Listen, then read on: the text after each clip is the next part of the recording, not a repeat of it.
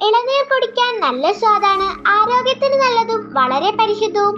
പറഞ്ഞിട്ടെന്താ, അതൊന്ന് പൊളിച്ച് വെള്ളമെടുക്കാൻ അത്ര എളുപ്പമല്ല. എന്നാൽ ഇതാ നമ്മുടെ ബംഗാളി അതിനും കണ്ടുപിടിച്ചിരിക്കുന്നു ഒരു യന്ത്രം. ഏറ്റവും ഹൈടെക് ആയി കരിക്കിൻ വെള്ളവും കാകും എടുക്കാൻ ഇതാ ഒരു പുതിയ യന്ത്രം.